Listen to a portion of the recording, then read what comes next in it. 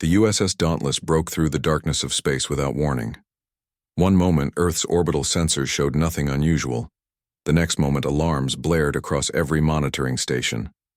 A massive ship had appeared where seconds before there had been only empty space. Commander Alan Wells spilled his coffee across his uniform as the emergency lights flashed red throughout Space Command's main control room. He rushed to the central monitoring station where technicians scrambled to make sense of the readings. What just happened? Did something slip past our early warning systems? Alan demanded, wiping at the brown stain spreading across his chest. Lieutenant, Susan Miller shook her head, her eyes wide with disbelief. Sir, that's impossible. Whatever this is, it didn't approach Earth, it just appeared out of nowhere. Ships don't just appear, Lieutenant. Run a full scan. The large view screen displayed a battered vessel, its hull scarred with strange marks that seemed to glow with an eerie blue light. As the computer processed the identification data, the room fell silent. Sir, Susan whispered. It's the Dauntless. Alan felt the blood drain from his face. The USS Dauntless was a deep space exploration vessel sent to investigate an anomaly near Tau Ceti 15 years ago. After 6 months of regular communication, the ship had gone completely silent. Search missions found nothing. For 15 long years, the 58 crew members had been listed as presumed dead. That's not possible, Alan said, but the identification markers didn't lie.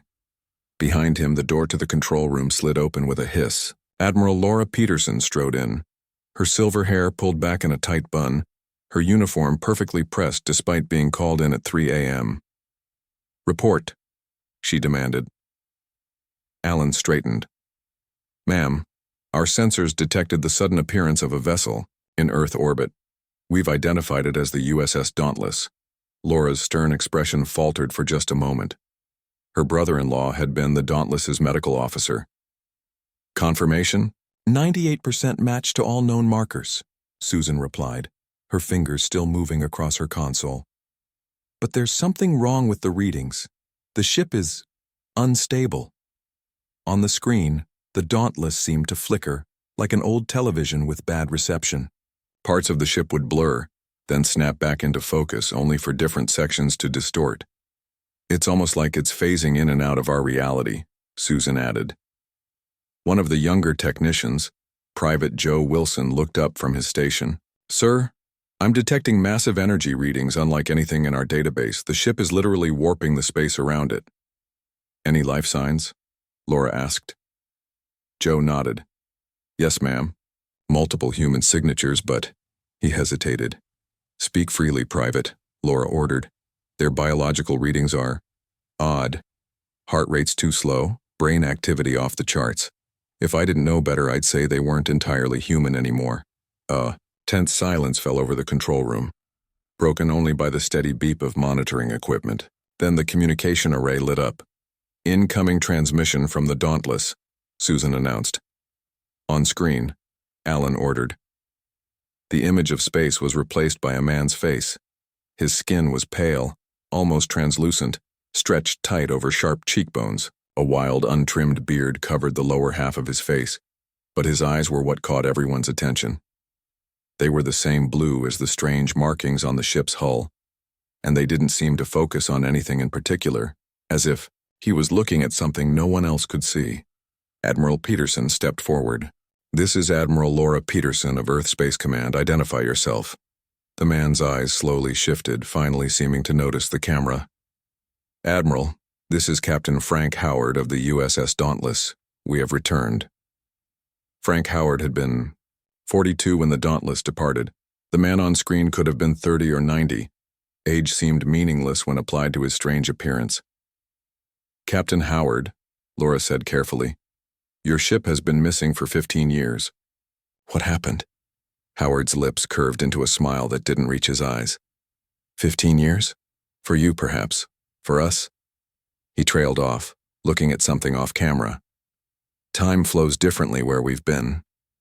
Alan noticed other figures moving, in the background behind Howard. They all had the same eerie blue eyes. Captain, Laura pressed, we need to understand your situation. Are you in need of medical assistance? Howard's attention snapped back to the camera. "We need to land. We've brought something back, something that will change everything. We'll prepare for your arrival, but protocol requires—" "No," Howard interrupted, his voice suddenly sharp. "Not standard protocol. Reality protocols. The ship isn't entirely in your dimension anymore. Normal docking procedures won't work." Laura glanced at Alan, confusion evident on her face. "Reality protocols? I'm not familiar with that term." "You wouldn't be," Howard said. His face softened slightly. "We discovered something at the edge of the Tau Ceti system. A structure, not human-made. We called it the Labyrinth. It changed us, changed the ship. We've brought back technology that can bend the very fabric of reality." To demonstrate, Howard reached toward the camera. His hand passed through the solid metal as if it were merely a hologram. Behind him, one of the crew members walked straight through what appeared to be a bulkhead. "We need scientists, physicists, people who can understand what we've discovered," Howard continued. "And we need containment. What we've brought back is powerful beyond imagination." The ship flickered again on their sensors, briefly disappearing, completely before reappearing closer to Earth. "Grant us clearance to land at Space Command headquarters," Howard said, "and be prepared. Reality as you understand it is about to change forever." The transmission cut off abruptly. The control room erupted in confused chatter. Laura raised her hand for silence. "Commander Wells, prepare Landing Bay 5 with a full quarantine zone. I want biohazard protocols, armed guards, and every scientist, with security clearance ready to receive them. Whatever happened to the Dauntless out there, whatever they've brought back, we need to understand it." Alan nodded and began issuing orders to his team. On the main view screen, the Dauntless continued its strange flickering. As they watched, a portion of the hull seemed to fold in on itself in a way that defied the laws of physics, before snapping back to normal. "God help us," Laura whispered to herself. "What have they brought back?" Dr. Elaine Ford rushed through the rain toward the large gray building that housed Space Command's quarantine facility. Her phone had buzzed during her daughter's birthday party, with a message marked, "Urgent, National Security." She had kissed her disappointed 7-year-old goodbye, promising extra presents to make up for leaving early. As she hurried through security checkpoints, she wondered what could be so important that they needed the head physicist on her day off. The guard at the final door looked pale and jumpy. "You're going in there, ma'am?" he asked as he checked her ID badge. "That's why they called me," Elaine replied. The guard swallowed hard. "Just be careful. Those people from the Dauntless, they're not right." Before Elaine could ask what he meant, the heavy door slid open. Inside, the quarantine area had been transformed. The normally plain white walls were covered in strange symbols and equations that seemed to shift when she wasn't looking directly at them. A team of doctors and scientists huddled in one corner, speaking in hushed voices. Dr. Paul Green, the head medical officer, spotted her and broke away from the group. His usually neat appearance was disheveled, his tie loose and hair sticking up as if he'd been running his hands through it repeatedly. "Thank God you're here," he said, leading her toward an observation room with a large glass wall. "I've been dealing with this for 8 hours and I still can't make sense of it." Through the glass, Elaine saw 23 people in standard medical gowns. They sat perfectly still on beds or chairs, not talking to each other. Their skin was unnaturally pale, and they all had the same strange blue eyes that seemed to glow slightly in the dim room. 23 survivors, Paul said, out of 58 original crew members. "What happened to the others?" Elaine asked. Paul's face darkened. "According to Captain Howard, they couldn't handle the transformation. Whatever that means." Elaine moved closer to the glass. Unlike normal patients who might pace or fidget during observation, these people were eerily still. Only their eyes moved, tracking things that weren't there. "Have they said anything about where they've been?" "Bits and pieces. Something about a structure they found in the Tau Ceti system. They called it the Labyrinth. But when they try to describe it, they start using words that don't exist or concepts that make no sense." Paul rubbed his tired eyes. "Physically, they're human, mostly. Their DNA shows some changes we can't explain. Their brains are consuming twice the normal amount of energy, even at rest. At that moment, a tall, broad-shouldered man with military posture entered the observation area on the other side of the glass. Despite his wild beard and strange eyes, Elaine recognized General George Bennett, the head of Space Command's scientific division. With him was a thinner man whose beard reached almost to his chest, Captain Frank Howard. He looked around slowly until his gaze settled on Elaine. Without a word to the general, he walked directly to the glass separating them. "You're the physicist," he said. His voice was soft but clear through the intercom system. Elaine stepped forward. "Yes, Dr. Elaine Ford." "Good. The others don't understand." "Maybe you will." Howard placed his palm flat against the glass. "What do you know about reality, Dr. Ford?" The question caught her off guard. "I study quantum physics, the fundamental particles and forces that make up our universe." Howard smiled slightly. "Building blocks. You think of them as fixed, unchangeable. What if they're not? What if reality is more like clay that can be shaped by will?" "That's not how physics works," Elaine replied carefully. Howard's smile widened. "It is where we went. The labyrinth taught us that." He looked over at a woman sitting nearby, her dark hair cut short and uneven. Lieutenant Wendy Clark figured it out first. "Show her, Wendy." The woman, Wendy, stood up and walked to the glass. She placed her hand next to Howard's and closed her eyes. Elaine gasped as the woman's hand began to glow with soft blue light. Then slowly her fingers pushed through the solid glass as if it were water.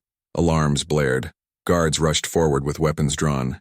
"Stand down," General Bennett shouted. "Everyone stand down." Wendy pulled her hand back, leaving the glass perfectly intact. "The universe has rules," she said, her voice dreamy and distant. "But the rules can bend if you know how to ask them nicely." Elaine's scientific mind raced for explanations. Hallucination, some kind of advanced hologram? But the sensors in the room would have detected any hidden technology. "Impossible," she whispered.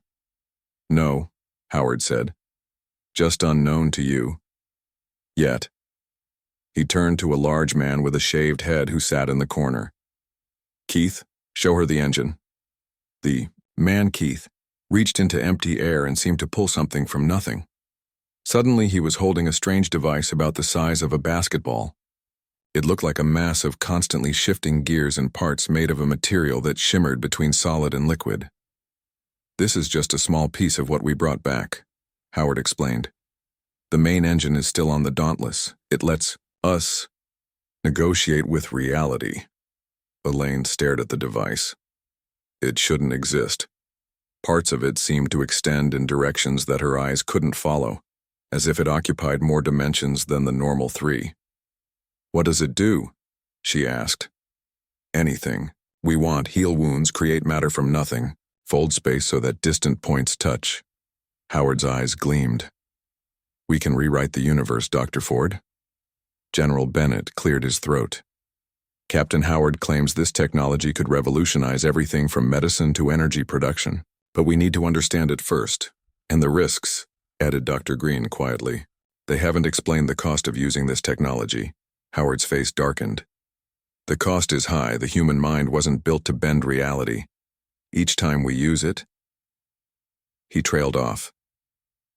"It takes something from you," Wendy finished for him. "A piece of your humanity. Your connection to the normal world gets weaker." "We lost 35 crew members learning to use the technology," Howard continued. "Some died when their bodies couldn't handle the strain. Others, their minds broke. They forgot how to exist in normal spacetime." Elaine studied the survivors more carefully now. Despite their strange appearance, she could see signs of extreme trauma. The distant look of soldiers who had seen too much combat. The twitchy movements of people under immense stress. "Why bring this back to Earth if it's so dangerous?" she asked. Howard looked at her with those unnerving blue eyes. "Because humanity needs to evolve. The universe is bigger and stranger than we ever imagined. If we don't adapt, we'll be left behind. Or we could destroy ourselves playing with forces we don't understand, Dr. Green muttered. Howard shook his head. That's why we need you, Dr. Ford, to help us understand, to find a safe way to use what we've discovered. Keith returned the strange device to wherever he had pulled it from, a pocket of space that shouldn't exist. Wendy moved back to her seat and resumed her unnerving stillness. I've scheduled a full demonstration for tomorrow, General Bennett told Elaine. Government officials, military leaders, top scientists, they need to see what we're dealing with. And, you want me there? Elaine asked. Not just there. We want you to lead the research team that will study this technology. He lowered his voice. These people are still human, Dr. Ford. They serve their country. But what they've brought back could change everything, for better or worse. We need your help to make sure it's for the better. As Elaine looked back at the survivors of the Dauntless, Captain Howard met her gaze. For a brief moment she thought she saw something flicker in the air around him, like reality itself was bending to accommodate his presence. Will you help us, Dr. Ford? Howard asked quietly. Will you help humanity take its next step? Behind her, the door to the observation room opened. A man in a crisp suit entered. Director Richard Wilson from National Security. His eyes gleamed with barely concealed excitement as he looked at the dauntless survivors. Dr. Ford, he greeted her with a tight smile. I see you've met our visitors. Fascinating, aren't they? The power they've brought us. It's going to change everything. The hungry look in his eyes made Elaine shiver. She looked back at Howard, whose expression had turned guarded and wary. In that moment, she realized she wasn't just being asked to study a new technology. She was being pulled into a battle for control over something that could reshape the world or destroy it. 1 week after the return of the Dauntless, a small group gathered in a specially prepared room deep beneath Space Command headquarters. The walls were lined with sensors and reinforced with the strongest materials available. Armed guards stood at every exit. Elaine checked her tablet one last time before entering. She had spent the past week studying the Dauntless survivors, trying to understand the strange technology they had brought back. Her notes were filled with observations that defied everything she knew about physics.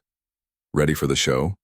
Richard Wilson appeared beside her, his expensive suit making him stand out among the uniformed military personnel. The National Security Director had barely left the facility since the ship's return. This isn't a show, Elaine said coldly. These people have been through trauma we can't even imagine. Wilson smiled, but the expression didn't reach his eyes. Of course. But you can't deny the possibilities, Dr. Ford. If what they claim is true, we're looking at the greatest leap forward in human history. Inside the demonstration room, a long metal table had been placed in the center. Around it sat Admiral Peterson, General Bennett, and representatives from various government agencies. At the far end of the table, Captain Howard waited with Lieutenant Wendy Clark and Chief Engineer Diane Ross. Diane was the youngest of the survivors at just 32. Before the Dauntless mission, she had been a brilliant engineer with a promising career ahead of her. Now her skin was as pale as the others, her eyes the same unnatural blue. But unlike many of the survivors who seemed distant and detached, Diane maintained a sharp focus and clear communication skills.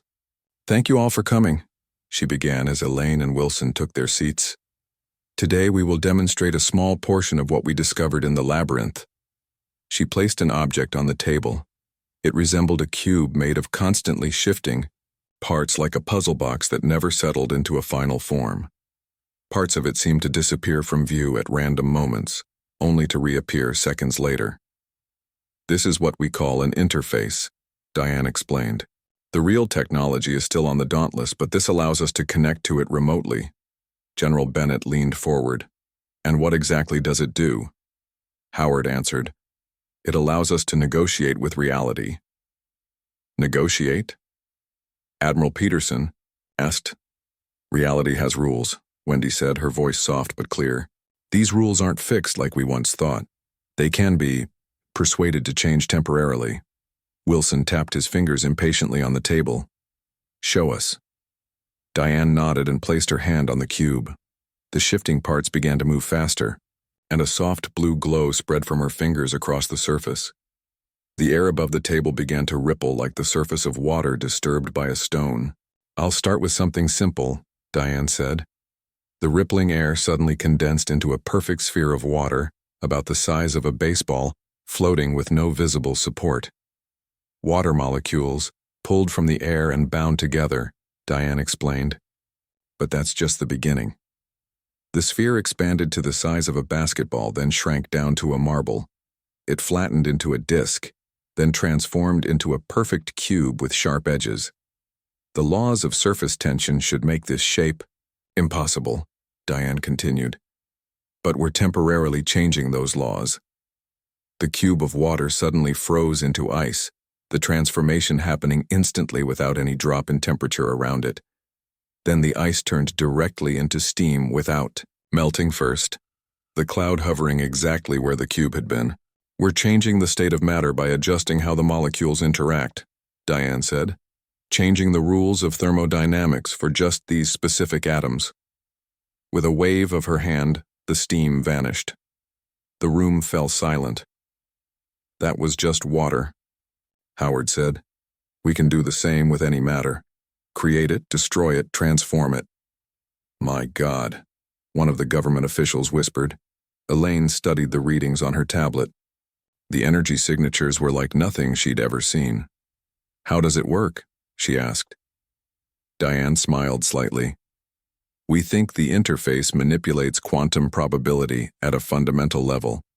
Instead of random wave function collapse, we direct which probability becomes reality."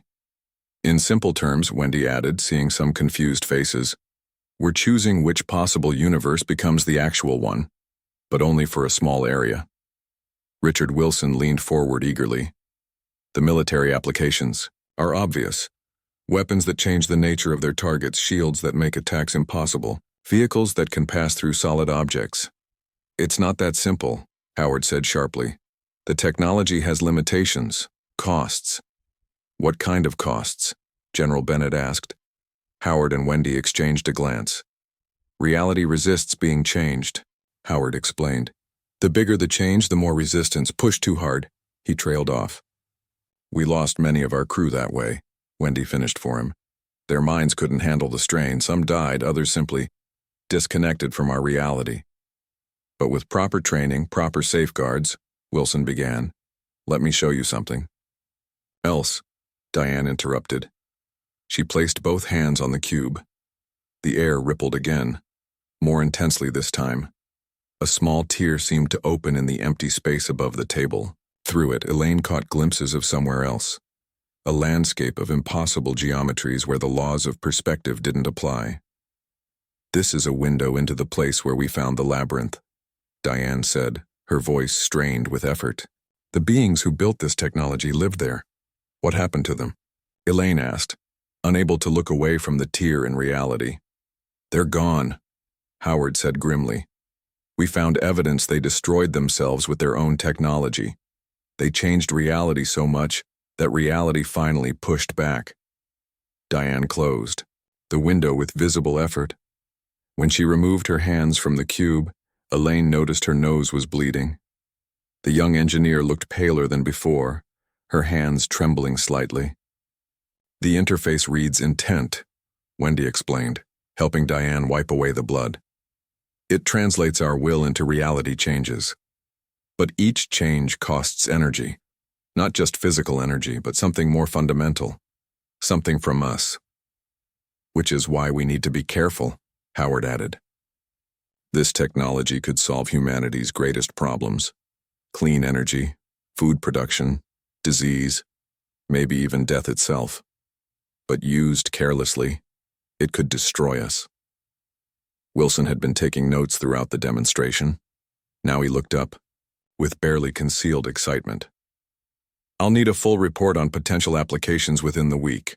The President needs to be briefed." Director Wilson, Admiral Peterson said firmly, "I think you're missing the point.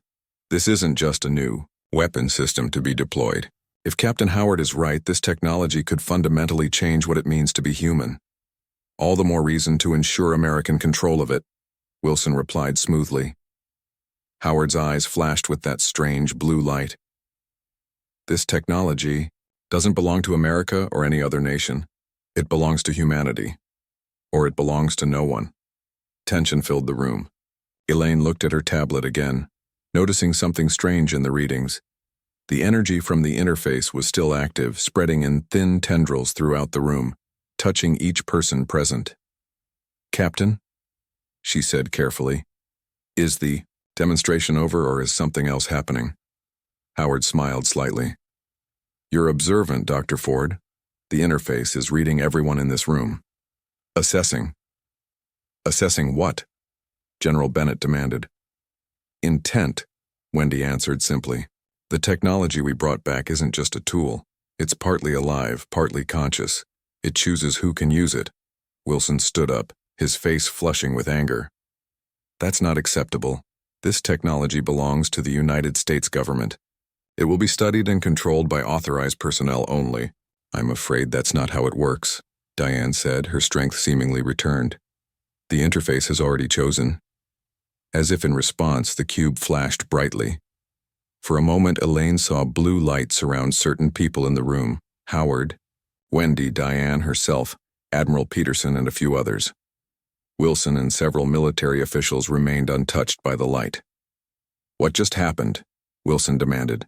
"The technology has recognized those it will work with," Howard explained calmly. "Those whose intentions align with its purpose." "And what purpose is that?" Elaine asked. Howard looked at her, his strange eyes seeming to see through her. "Growth, not destruction. Understanding, not control. The beings who created this technology left it behind as a gift, not a weapon. They hoped whoever found it would learn from their mistakes." Wilson's face had turned dark with rage. "This is unacceptable. General Bennett, I want these people secured and this technology confiscated for proper study." Before the general could respond, Howard placed his hand on the cube. "I don't think that would be wise, Director Wilson."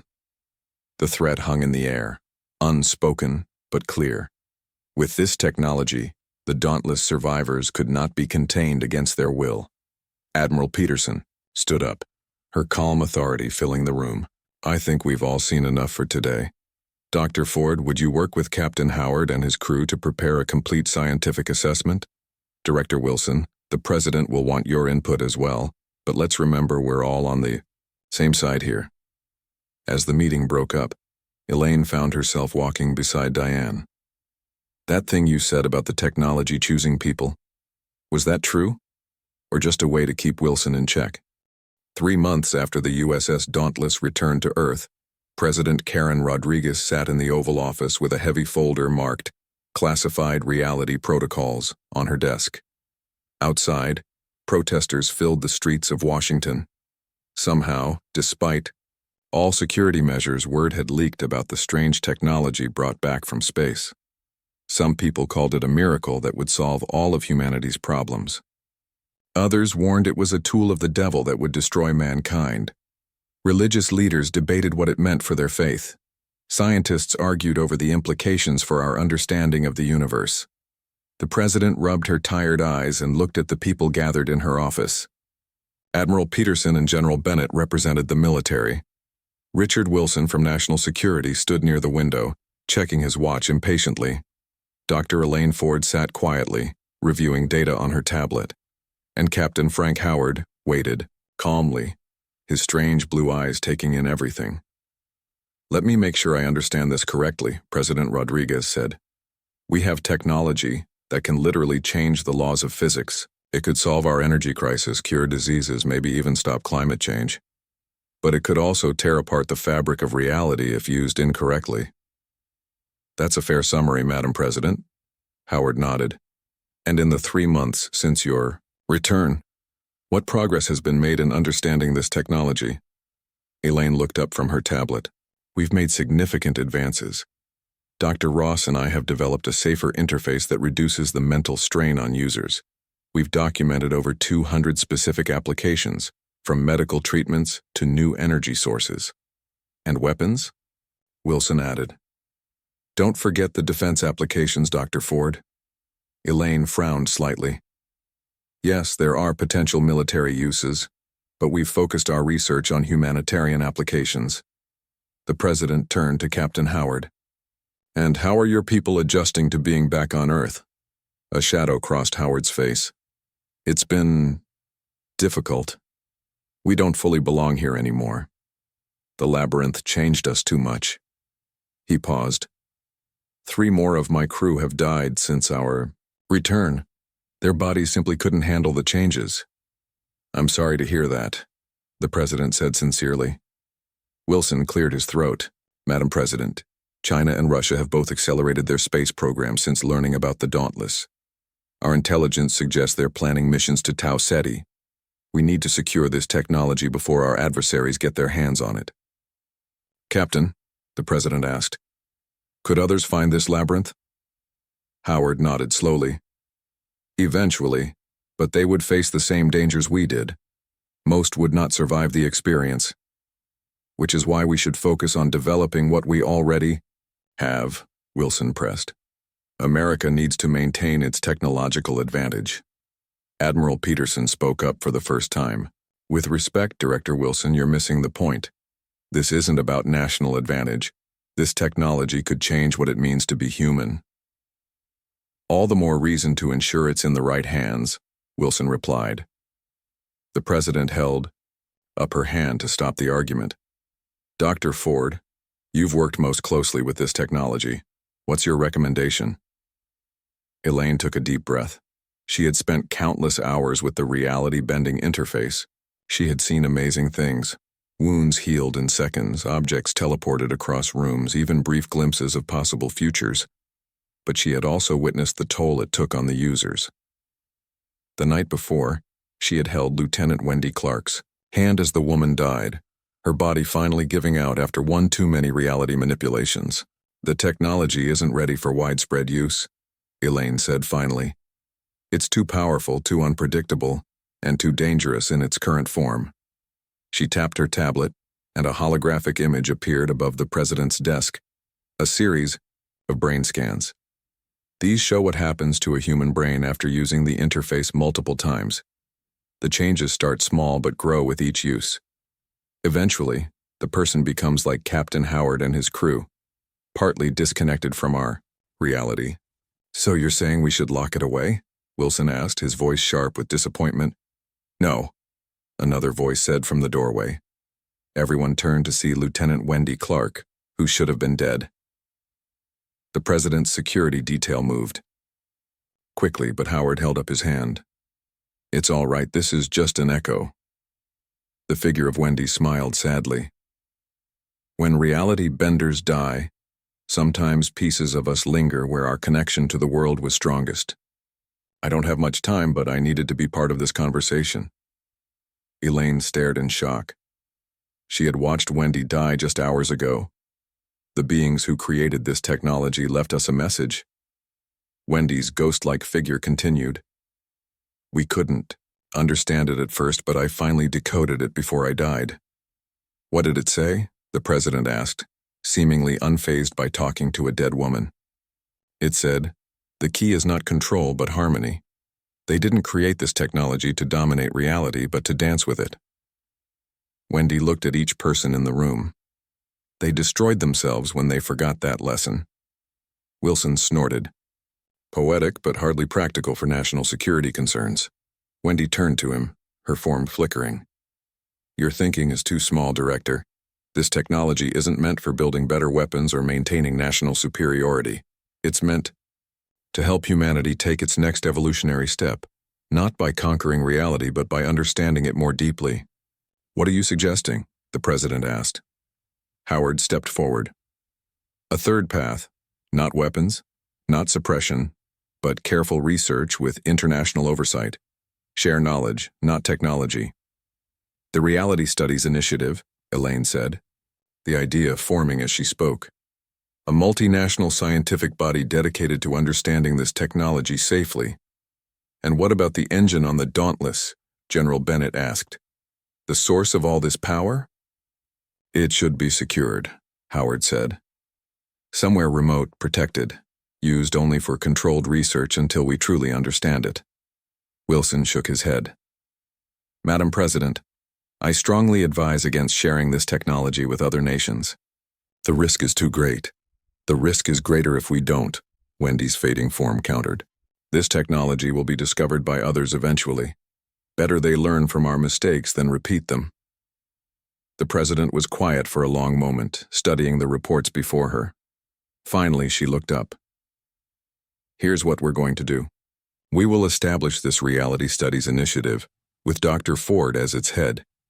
The Dauntless engine will be moved to a secure facility in Antarctica under international oversight. Wilson started to protest, but the president cut him off. This technology is too important and too dangerous for any one nation to control. We will share our knowledge while maintaining security protocols. She turned to Howard. Captain, I understand if you and your surviving crew wish to remain with the technology. Your expertise will be essential to the initiative. Howard nodded. Thank you, Madam President. We don't belong fully in this world anymore, but we can help guide others. Wendy's form had grown fainter, nearly transparent now. One last thing, she said, her voice distant. The labyrinth is more than just a place or a technology. It's a test. Those who seek only power will be destroyed by it. Those who seek understanding have a chance to transcend. With those words, she faded completely. The room was silent for a moment. Then the president stood up. It's decided, Dr. Ford. You'll have whatever resources you need. Admiral Peterson, General Bennett, begin security preparations for the Antarctic facility. Director Wilson, I need your cooperation on this. Wilson's face was tight with anger, but he nodded stiffly. Yes, Madam President. As the meeting ended, Elaine found herself walking beside Captain Howard through the White House corridors. You knew Wendy would appear like that, she said quietly. Howard's lips curved in a small smile. Reality is more flexible than most people realize, especially the boundary between life and death. Do you think the initiative will work? She asked. It's our best hope. The technology is too powerful to be used carelessly, but too important to be locked away. He looked at her with those strange blue eyes. The real question is whether humanity is ready for it. And are we? Elaine pressed. Some are, he replied. You are. That's why the interface accepted you. Elaine remembered the moment she had placed her hand on the cube, the rush of connection, the sudden expansion of her awareness. She had seen possibilities branching out like endless roads into the future, the potential for great good and terrible destruction. I still don't understand why it chose me, she admitted. Because you ask that question, Howard said. Those who hunger for power never question whether they should have it. 5 years later, Elaine stood on the observation deck of the world's first faster-than-light ship. But unlike the Dauntless, this vessel didn't tear holes in reality. Instead, it worked with the universe's structure, gently persuading physics rather than forcing it to change. The Reality Studies Initiative had produced wonders beyond imagination. Clean energy that powered the world without pollution, medical treatments that cured once incurable diseases, new understanding of the universe's deepest mysteries. And they had done it without losing a single researcher to the dangers Howard had warned about. Behind her, the door to the observation deck opened. Her teenage daughter Emma walked in, her eyes wide with wonder as she looked at the stars.